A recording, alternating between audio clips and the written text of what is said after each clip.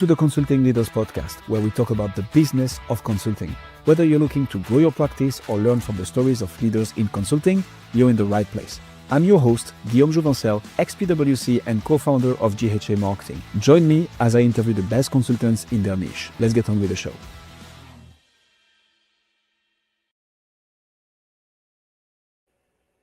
Ladies and gentlemen, today we have Barbara Strain, the one and only. Barbara, let's hit the ground running. What got you into consulting? Well, this is exciting. Glad you're in the States and we're closer together. Sometime we might have like a coffee or something somewhere, but thank you for inviting me to be on and talking about consulting with other consultants. This is great. My pleasure. I love it. And so what got you into it, Barbara? What got you into consulting in the first place? Well, I was supposed to actually just retire, but about a year or so before that event was to occur, I said, I have a lot more to give to healthcare. And so using my 41 years or so of experience and doing lots of different things in healthcare, I thought I could offer healthcare some more of my time and see what we could do to help healthcare. It's a hot mess globally. In the US, we have all of our own issues, and I've been along for that ride for a long time. So I decided to set up a consulting company, but I did it really early before I decided to really retire, to set everything up, knew exactly my lane, how I wanted to focus. So, and that's how I got started. So, being an ex-consultant as well, I know how tough that line of work can be sometimes. Starting it after a 41-year career, right? You would imagine, okay, I'm gonna, instead of retire, I'm gonna do something cool, something funny, something entertaining. But no, you decided to go into consulting. Why, Barbara? Well, you've not known me too long, probably about a year and a half. We've talked before. We had you on a podcast that we had somewhere else. But I'm very, very, very passionate about the best patient care possible. And sometimes we lose the patient in all of everything that we're doing. So I wanted to keep that passion going, but I wasn't really now restricted by wherever I was working for someone else. And so I could craft messages. I could reach out to people. So I still wanted to do something like that. Now, I do fun stuff as well. I don't just, chain to my desk all day long and do this. But you've got to be passionate about something because you have to be relevant and you have to be trustworthy when you're doing consulting. And I was in front of lots of consultants over my career that would come in at my businesses and knew that I wanted to do it differently.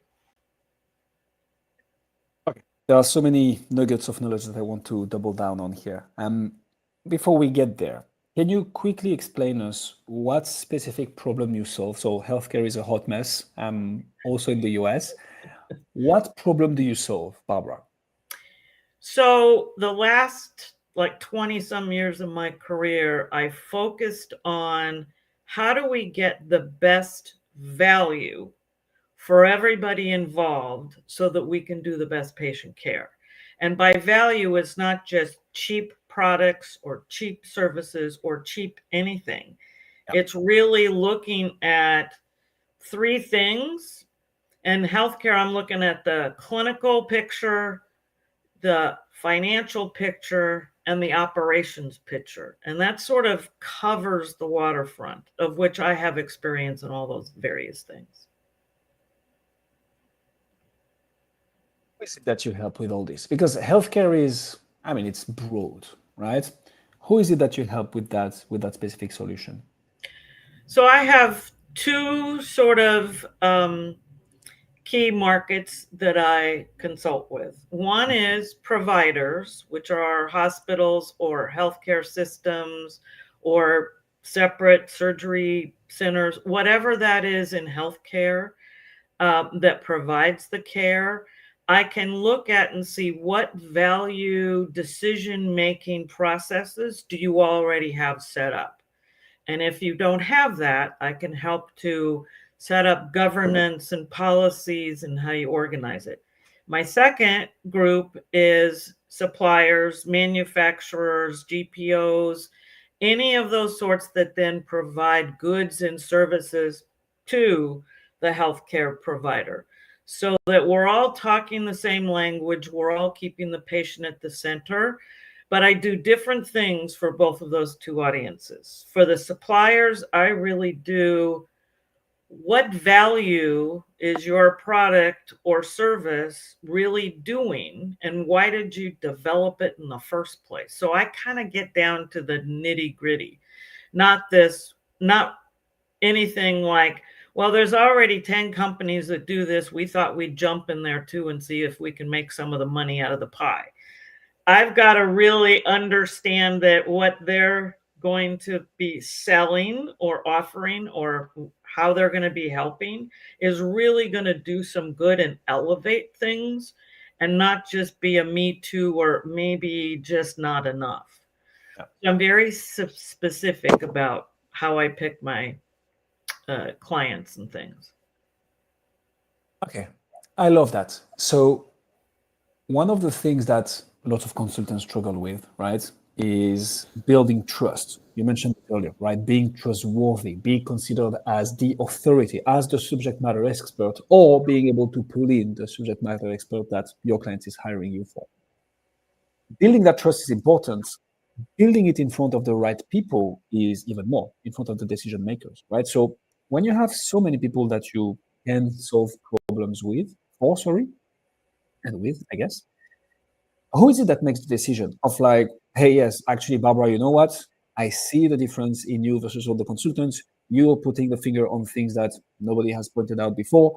We're going to create a whole new pie for you. Might be a bit smaller, but you get the whole piece. But who are those decision makers? Who is it that you try to get into a room with? So let's say on the provider side, since I have sort of two sides, I have one over here and I got one over here. It's basically in a provider organization, it's usually like a VP of supply chain or someone in a VP or director type position that is buying goods, they're overseeing the purchasing of goods. How are they actually engaging that clinical end user or non-clinical end user? And so those are the people that usually reach out to me, or I might be at a conference and listen to them giving a talk or sit down at a table. And I said, I think I might be able to help you because of, and then I ask a few key questions and then they might get interested. I also get referrals and things from other folks who've known me for a period of time and know my work. On the supplier side, it can be the director or chief of marketing. It could be the CEO of a company. It could be the chief that does the sales outfit, or it could be even someone who is the actual maker of a product. And sometimes I'm even talking to the production line people that are producing it and things. So it usually starts at some sort of chief level because they have goals.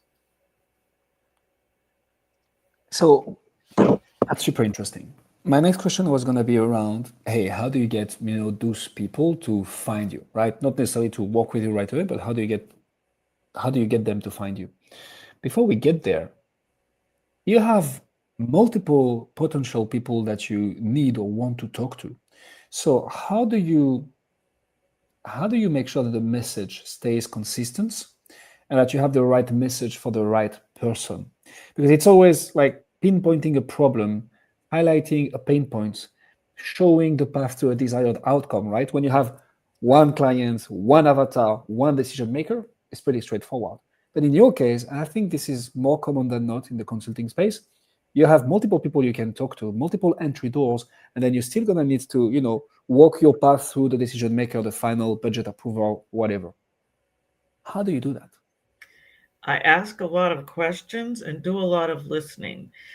Good. Based on my experience, so I've worn so many different hats. So sometimes someone has, say, a product, and it's sort of dependent on, say, a microbiology or a laboratory decision, and their product helps to jump off of that. Well, that's what I've done in the first part of my career. I'm a laboratorian, I've done research, I'm a microbiologist. It just depends. And you don't know till you start talking. On the surface, somebody might name their company a certain name, so you have an impression they're doing something. So you start asking those questions. And so I'm like a whole lean A3 exercise all in myself. I just keep asking the questions until they get to a point where they go, oh, I see where I might be missing something, or I hadn't thought about it that way, or they might be frustrated in what they're doing and they keep, trying to sell in the same way they always have, or they try to reach out to certain people and they don't know why they're getting traction and they're not getting out in that market. And I can have a way for them to think about things in a totally different way than they have before. So you make them uncover their pain point and realize it by asking the right questions. And obviously, this requires a lot of expertise because in order Right. for you to get them where you want them to be, in a Mm-hmm. place that they will Right. acknowledge the fact that they need help and they can potentially Right. seek help. This is how it's done. Pretty well played. So you mentioned conferences, you mentioned referrals, right? So that's how you kind of have the first layer of communication branding. What else do you do, Barbara, to advertise, market, basically get people to go from total strangers to, hey, I know that Barbara is helping people like me do that thing. How do you brand your consulting practice? That's been the interesting part, and it keeps getting more layers and layers as you kind of go through. I've been doing this now for 6.5 years. My first gig was somebody who knew me and knew I could help them, but had to wait for me to retire and then become officially a consultant. So I did that the first 5 days that I retired. I got my first client. Okay. So it kind of builds on things, but mostly I get asked to either speak or moderate a panel or participate in a podcast, or I am on 3 different podcasts as one of the hosts myself. I've also done a lot of public speaking in the healthcare sector for quite a few years. So a lot of people know me and will recommend me. I also have a pretty big LinkedIn presence. And I try to be somewhat of an influencer with the same sort of message running through. So you kind of alluded to that. What about your message? And I'm always talking about value in healthcare, but I can figure out value in any sort of business entity. My specialty just happens to be in healthcare. But you just need to get yourself out there and talking with people. So even if I am not asked to be a speaker or moderate a panel or something at a meeting, there's certain meetings I go to where I was like going to all the education sessions to keep me relevant. But you sit together at lunch, you sit together at tables, and you naturally start having conversations. Pretty soon you're exchanging information because, oh, I've not thought about that, or, oh, I need to learn more. So it's sort of by all of the different factors above. I do a little bit of writing and authoring either blogs or some, articles or things like that with people. Someone has just asked me to collaborate with them on a book. So I usually don't say no very often. I love to do all of those things, but trying to get the message out there, not necessarily because I want to make lots of money, but I want to get the message out there that we all need to do better, and how can we all get together to do better for healthcare is my main message. Okay, again, many things to unpack, which I love, Barbara. Thanks for making my job harder as an interviewer. But this is good because it's lots of golden nuggets that I think a lot of consultants will be able to leverage. So, first thing, how do you get invited to be a speaker at conferences, at keynotes, on panels, even? Like, why do you think is that? Because again, when I think about how a consultant should build their authority, right? Nothing better than to say, last year, I've been invited to speak at 10 conferences, one per month. I'm just throwing something out there as the expert on blah, blah, blah. And then you don't have anything to prove, right? It's already there. It's like the big media, the big conferences in my space consider me as the expert. You probably should as well. I can help you. But how do you get there? How do you arrive to the point where you get invited to talk on panels? As you figured out, I don't have a problem talking, and I like to talk, and I tell basically a story, whether you think it's a story. It's not, once upon a time. It actually has sort of a beginning, and I build up to something, and then we make a point. Yeah. And people have a very refreshing sort of experience when I'm able to do that with audiences and things, or pull things out of people on a panel, or do whatever. Most of the invitations started because people did know me already, and I did a little bit of that before I retired. So it's astonishing to me and very heartwarming that they don't just invite me because it's nice to have me around, but they invite me because I'm still a very viable person in the space, and that I do keep up with things. And I talk to, I don't know, probably about at least 20 people a week or so. And those are some new people, some people that I go back to the well to and ask questions of. So I'm known. I won't say well known, but I'm known. And they keep asking me. So I have a small group of people, and I tell this small group all the time, if I start talking gibberish or not making sense because this hair is not going to get any darker, right? Then I said, they need to tell me. And so far they say, I'm doing pretty darn good. So I'm going to keep it up as long as I can to make a difference. Makes a lot of sense. The other thing that you mentioned is that you're co-hosting 3 podcasts. Obviously, I'm a huge advocate for podcasts. This is secret for nobody. But like, from your standpoint, can you tell us a bit more about this? Like, why 3 podcasts? Why not just one? How much do you think it plays into this whole, let's call it the marketing mix, right? Of like authority and trust building. Why do you do it? And what benefit does it bring you? So on the 3 podcasts, I actually play myself in my value role in healthcare. So it's not like I'm changing and morphing and things. It's that connection piece with the rest of the hosts or co-hosts that we have. So there are 3 sort of different spaces.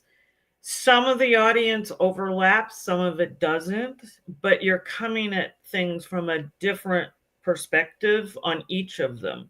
And so they're all brought and sponsored by the same group, but they have these different sort of pillars that we use, and different co-hosts and things like that. I'm also asked to be host or participate in other podcasts. I'm on a couple of nonprofit boards, as well as member associations. And so you may or may not know this about me, but if I say I'm going to be a member of something, I'm all in. So I'm going to volunteer for a committee. I'm going to volunteer to help out. Would you mind giving a podcast? Would you be on a webinar? So like tomorrow, I'm going to be on a webinar with 2 other colleagues, and we're going to talk about a specific thing in healthcare. And I then toss between the 2 parts of my career I've had in healthcare and how I approach those sorts of things. So it's just very enjoyable. And then the upside is I do get out there so people can see that I'm trustworthy and I know what I'm talking about. I do my research. That's one thing I really dig into, is either market research or other type of research. I reach out to other individuals and entity about market research and or pay for market research, and how do I incorporate it. So I dot a lot of I's, cross a lot of T's before that sort of final sort of presentation and deliverable. I mean, this is too much of a softball for me not to catch it.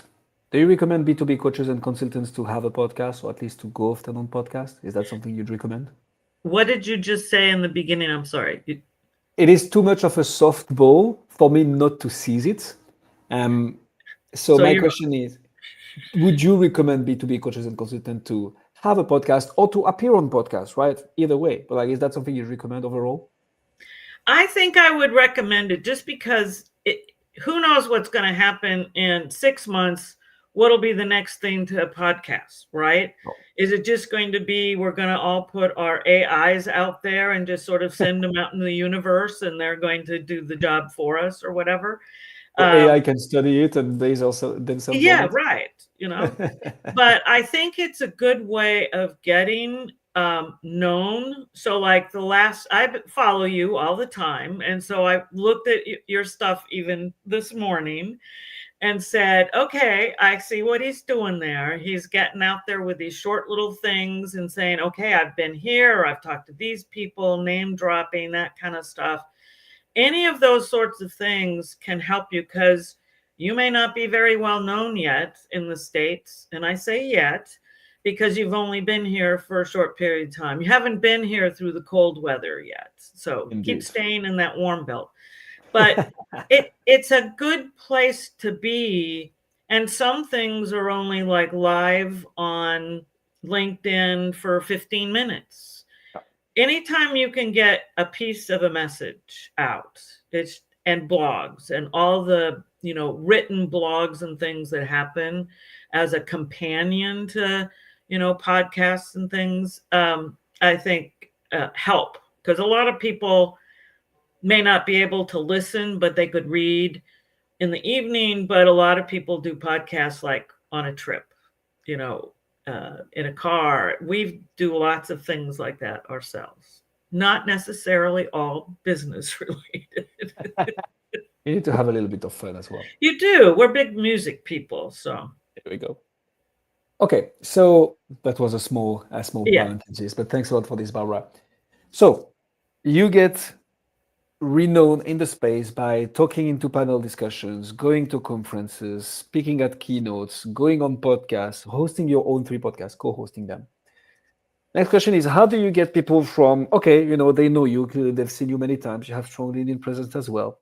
How do you get people from, hey guys, I'm here and I've helped you identify a problem, to closing the deal, making them cross the finish line? How do you make this happen? I think I'm fortunate enough that my engagements are relatively short. Okay.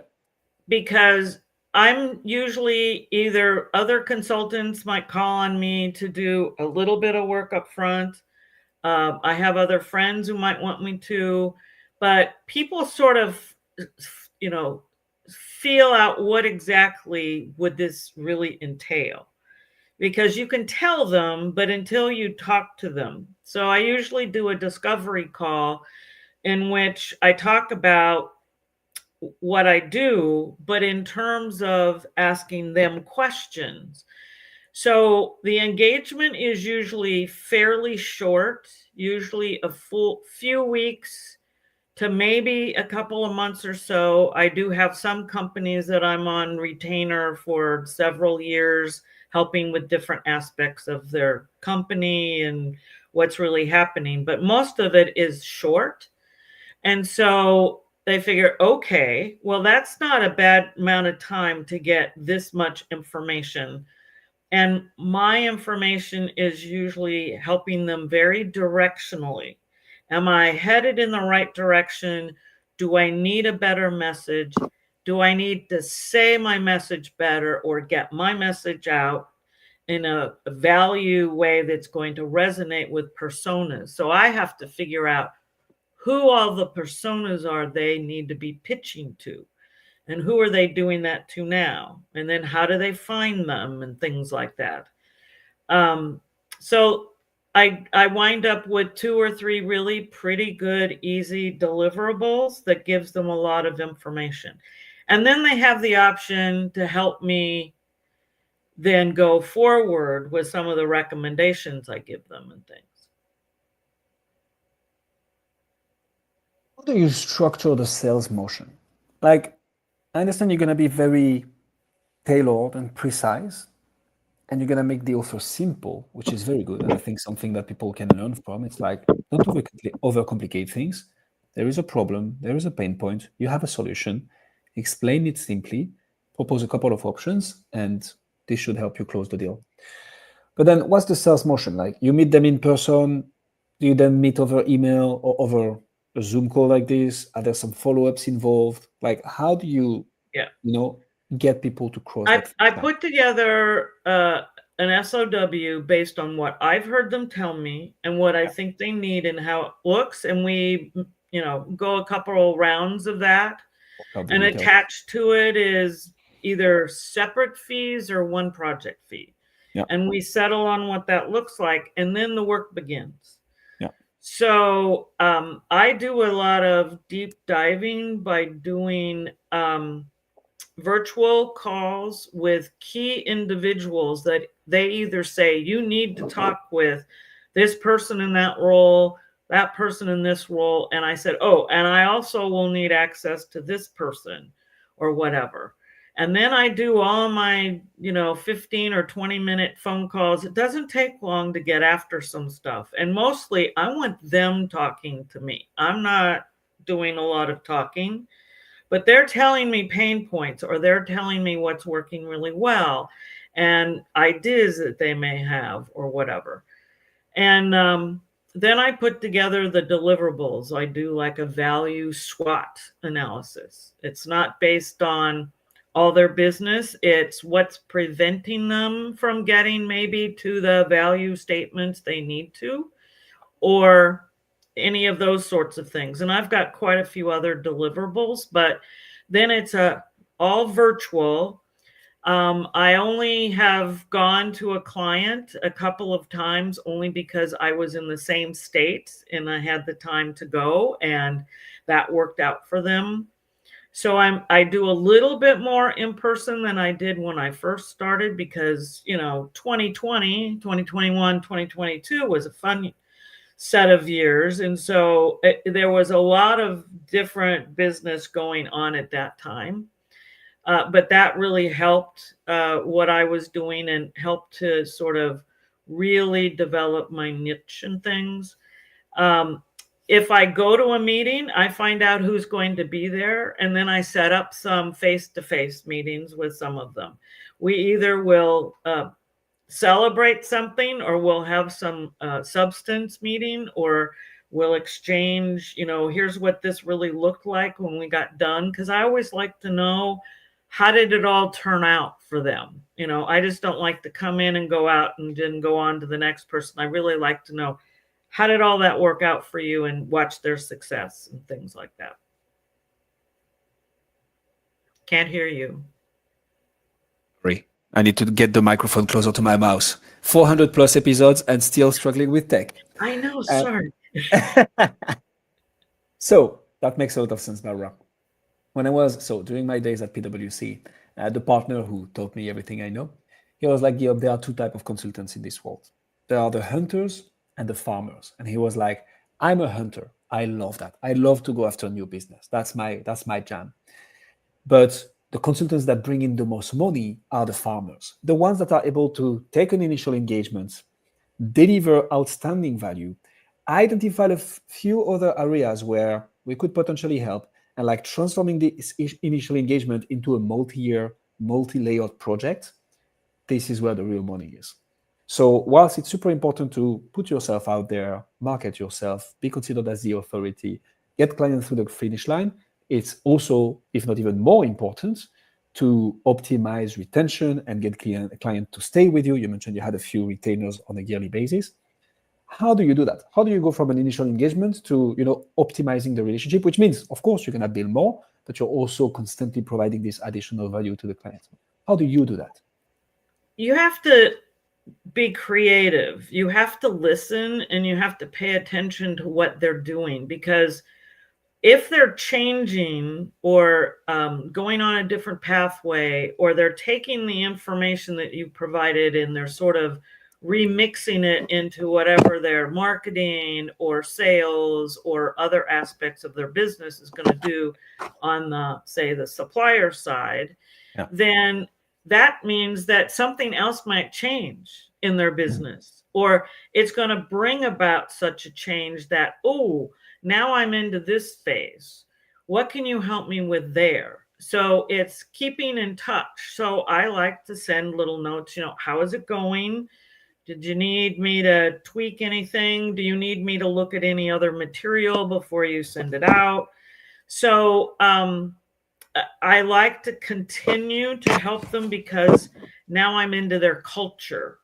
And that's another thing that's so important to figure out when you're a consultant is this a company who has a culture that can really help grow and be effective, or are they not? And so it depends on your whole sort of perspective from a consultancy, and how does that really mesh with the culture of the company. So they have to have something that's really worthwhile.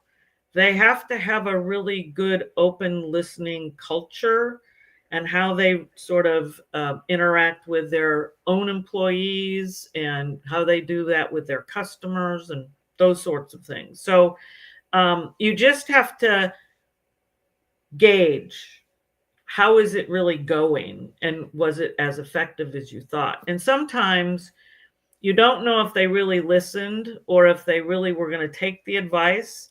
And then I learn about a month later that 3 of the things I said, then they thought about it enough and did some things and rearranged some, deck chairs or whatever they were doing in their company that I might have recommended. So it makes me feel like, hey, they're listening and willing to really, I really need to do this. And sometimes they have to just stand out of their own way. But you tell them the truth with data and with information that you've gathered. It's just not, well, I've done, this type of consultancy and this particular type of, company that's coming to me 10 times. It's not just wash, rinse, repeat. You have to really get in there and understand and know what that company is all about and what makes them tick.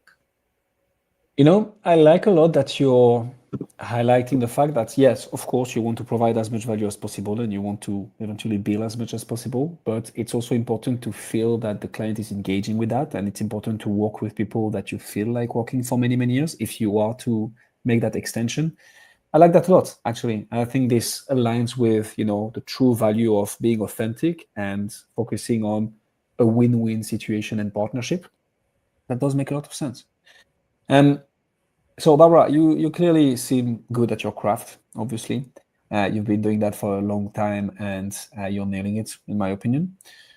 Where do you feel you're stuck right now? Like what's one thing that you think is like, yeah, here, like if I would, crack that little crux here, I could take the business to the next level or do things differently. What would you think is that? Well, the one nut to crack is the fact that I'm a one-person company. I'm a Right. single LLC. Yeah. So I have to really balance what I'm doing, and I have to, in some sense, prevent myself from saying yes to absolutely everything. I started out at the beginning saying, I'm very passionate, I get all in, and I just want to say yes. So I'm I'm sort of dovetailing what I'm doing now, and I'm being asked to be on some advisory boards, which is a fun thing to do, and it's helping someone else, but I'm not producing all these reports and the invoices and doing all of that. So at some point, when I really do decide to retire, usually I'm doing retirement like this because my husband says she's not retired. Um, I will Don't really look probably like be retired. in more of those, be on a board and helping others out, and maybe not doing a lot of the actual work, but still being viable in how I look at things. People at work used to say what I'm going to say to you, and now they say it to me in my consulting work is, why do you have to be so logical? And I've always been able to take very complicated things and turn it into something more palatable for people to understand and be able to work their way through it rather than let it confound them and get in their way. I even had several people at my retirement party says, I don't know how you do it. You take this very complicated healthcare place that where we are, and you can make some sense out of it that we can actually get forward and do some things. So Yeah. um, that's just a little bit of me that you're learning more about today. I like that. So the reason I'm asking this, Barbara, is I think consultants who are listening to us and who will be listening to us, there might be some that are stuck exactly at the same point. And that's why I like to, share and have this discussion, because I think it's good to hear from your peers how they are thinking about that particular nut to crack and how they are, taking steps towards solving it. Mm-hmm. And so the thing that you mentioned at the beginning, like you're a one-man show, well, one-woman show in this case. In French, we have this saying, which is an orchestra person. You're not the master of ceremony. You're the one playing all the instruments at the same time. Yeah. So with that said, how do you manage that, right? When you get a little too many engagements, a little too much work, or you need to do a little too much because you have 3 podcasts recording the same day and a webinar tomorrow and a conference to attend next week. What do you do to mitigate that, the fact that you're a one-woman enterprise? I write a lot of engagements for my work, meaning I have to do it in my calendar and set alarms and things for it. And it's not just because I'm old. I used to do I that. do that. But working in healthcare, you learn how to prioritize. Mm-hmm. What's happening over here and the 3 things happening over here, which is going to be more risky to let go and not do right now. So I'm always prioritizing. I know some people listening to this who might know me say, really? I don't know if she does that or not. Believe me, I try really hard, but I pay attention to budget cycles for people so that I make sure that I get invoices in before a certain time. I set up everything myself. So I set up my own invoicing system. I set my own SOW templates. I keep messing with them when I need to. So what I tell my clients, both on the provider and the supplier side at any given time, is you got to look inwardly at yourself in your own sort of business. And what do I need to give advice to myself about that I need to tweak my own business in order to do other business better? Absolutely love that. What's the next big thing for Barbara Strain Consulting? Like, what's the next big lever for growth? If that's what you seek, growth, right? Because some people are not after that. What's the next big thing for you? I don't really it's interesting. I don't really seek out the growth. It kind of comes to me, or I might give someone an idea. And I've learned over the years that when you give someone an idea, guess who gets to do some of the work for the idea? So you have to be careful about that. But I've been embarking on a few more journeys with some organizations that are growing, and they're asking me to help them do things along the way. So I get a lot of enjoyment out of that, but I think it's mostly I like to keep others into that successful realm. So I'm doing a little bit more of that as well. Some of my providers in hospitals are very leery of consultants. Two things. One is normally you tell them, they tell you, here's where I am and here's where I'm stuck and all this sort of thing. And so if you kind of give answers back and you give a report, but it's been what they've been thinking all along and saying, but if somebody from the outside says that, that's where consultants have often gotten sort of a bad rap. Because you're just telling them whatever they told you, just in maybe fancier words or whatever. And I'm not a consultant like that. But my provider side is using me as what's called a thought partner. So we might do a short engagement, 3 months, 6 months, but they're thinking and using me to jump, ideas off of and things. And then that way, not only can I help them sort of sort through or sort of a funnel of ideas, sometimes then I make some work products for them that maybe I used to use, or I've now learned how to, maybe focus on different things. And so it depends on what's really going on. But that's what I really like to do, is kind of be a thought partner and be more like that going forward in the next few years. People always wonder when I'm really going to retire.